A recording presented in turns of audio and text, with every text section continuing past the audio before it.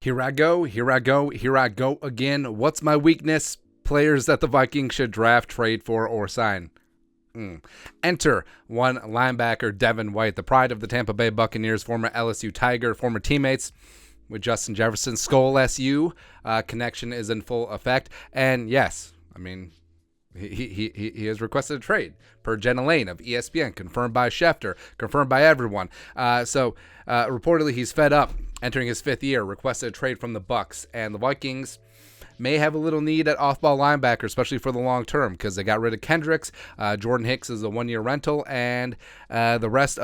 Actually, let's bring this up. The rest of the linebacker depth beyond Brian Asamoah. Okay, I think Troy Reader is actually a little bit better than people give him credit for. Troy Dye is a special teamer. Kwenku I like, but are you going to start him? Yeah, we're back to Devin White.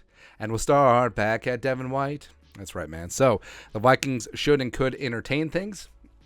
Question mark. Even though they have 5 freaking draft picks, I think they could certainly make something work. And Devin White is heading into the 5th year of his contract. They haven't officially picked up his 5th year option, but it's going to be at $11.706 million, which the Vikings would have to make some moves, whether it's trading Dalvin Cook. Hell, trade Dalvin to the Bucs. They need a running back since they let go to playoff Lenny. Also, maybe moving Zadarius Smith, as well as restructure of Brian O'Neill. All those ways could free up the cap space to sign him. And extending him long term. So I like off-ball linebackers, but top of the market, like talking Roquan Smith type money, I don't know, man. I don't know. But it certainly helps that Devin White is more of a pass rusher than a true blue off-ball linebacker, but we'll get into that. Background, 25 years young, 6 foot, 237, former 4-star recruit from Spring Hill, Louisiana, stayed in state, played for the state school LSU. Like we said, teammates with Justin Jefferson for those years. Junior year, consensus All-American 2018, just missed out on that 2019 team, but he's a number 5 overall pick in the draft and got paid, so whatever. But 132 tackles, 12 tackles for loss, 3 sacks, 6 passes broken up, 3 forced fumbles, and a partridge in a pear tree. And combine-wise, awesome. 4.4 240, 1.58 10-second split, solid in agility and explosiveness.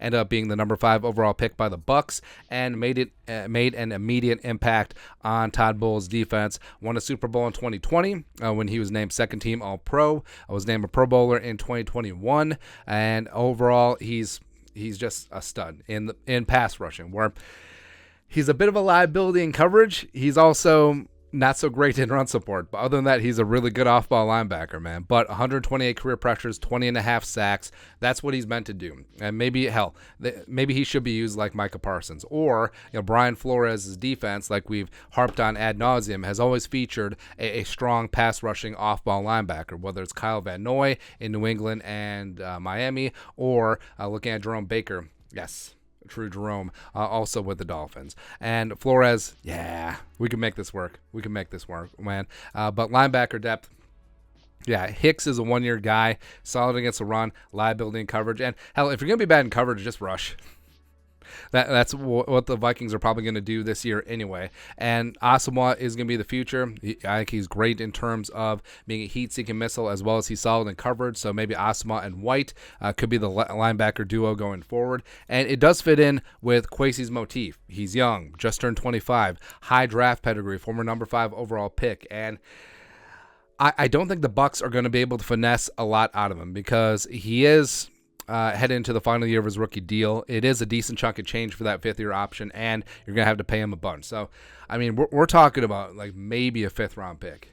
And I understand that the Bears got a lot more for Roquan Smith, but that was mid-season, and they had the leverage at that point. I think it's clear that White wants out. I think it's clear that the Bucs are tanking. I think it's clear that they would certainly benefit by clearing up some of that cap space and moving on. So I don't think they're going to get a lot in trade. So make it happen, Kwesi. Make it happen. Pay him. I do not care. You can have a true bona fide star at off-ball linebacker who can certainly get after the quarterback's ass, and that's never a bad thing. But your thoughts are thoughts. Vikings need to trade for Buccaneers linebacker Devin White, because why the hell not? Let us know your thoughts and our thoughts in the comment section below. Subscribe for daily Vikings takes. Want to support the work? Put a little something in the Venmo. But till next time, Skull Production Value.